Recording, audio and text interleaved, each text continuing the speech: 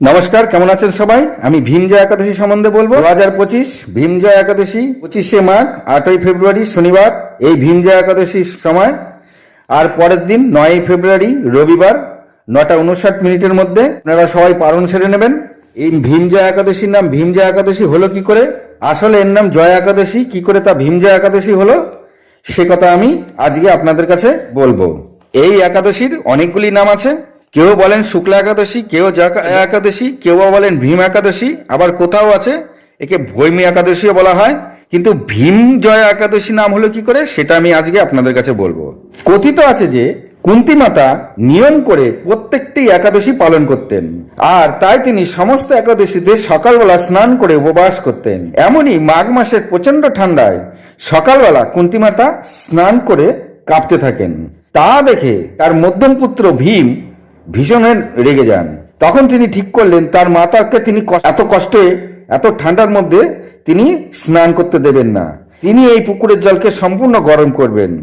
তাই তিনি একটি চাষের নাঙ্গল থেকে সেই নাঙ্গলটি খুলে নিয়ে তাকে প্রচন্ড গরম করে ভীম প্রচন্ড উত্তপ্ত করে ফেললেন। সেই নাঙ্গলটাকে করে শ্রীকৃষ্ণের নাম নিয়ে সেই পুকুরের জলের মধ্যে ডুবিয়ে দিয়ে তিনি শ্রীকৃষ্ণর নামে বলতে থাকলেন যে এ প্রভু, এই পুকুরের জলকে গরম করো, এতে আমার মাথা খুবই কষ্ট পাচ্ছে। এই ভক্ত ভীমের ডাক শুনে শ্রীকৃষ্ণ তার মনস্কামনা পূর্ণ করলেন এবং সেই পুকুরের জলকে তিনি উষ্ণ করে দিলেন। কুন্তী মাতা তারপরে সেই ঠান্ডার হাত থেকে রক্ষা পান এবং তিনি সেই জলে স্নান করে আরাম বোধ করতে থাকেন। এতে ভীম ভীষণ খুশি হয় যে তার মাতা এখন আর কষ্ট পাচ্ছেন না। কিন্তু এই কারণে অন্যদিকে কি হয়েছে, বরুণদেব সেই আগুনের গরমের ভাবে তিনি ভীষণ কষ্ট পেতে থাকলেন, তার গাত্র ভীষণ জ্বালা হতে থাকলো। তখন তিনি চিন্তা করলেন যে তার গাত্র হঠাৎ করে এমন কেন জ্বালা করছে। তখন তিনি দেখলেন যে ভীমের কারণে তার এই গাত্র জ্বালা হচ্ছে। ভীম তার মাতার কষ্টের জন্য নাঙ্গলটি তার গাত্রের মধ্যে দিয়ে সেই জলকে গরম করেছেন। তখন বরুণদেব, যেহেতু শ্রীকৃষ্ণের কৃপায় সেই জল গরম হয়েছিল, তাই বরুণদেব সোজা শ্রীকৃষ্ণের দ্বারস্থ হলেন। তারপরে তিনি শ্রীকৃষ্ণকে বললেন যে আমার এর ফলে আমার শরীরে বেশ জ্বালা হচ্ছে, আমি কষ্ট পাচ্ছি। তখন শ্রীকৃষ্ণ বললেন, যদি তুমি এই গরম ভাব থেকে নিস্তার পেতে চাও তবে তুমি এখনই ভীমের কাছে যাও, আর তাকে গিয়ে বলো মাঘ মাসে শুক্লা একাদশী যেদিন, সেদিন যেন তিনি নির্জলা উপবাস করেন, ওই তুমি এই গরমের থেকে নিস্তার পাবে।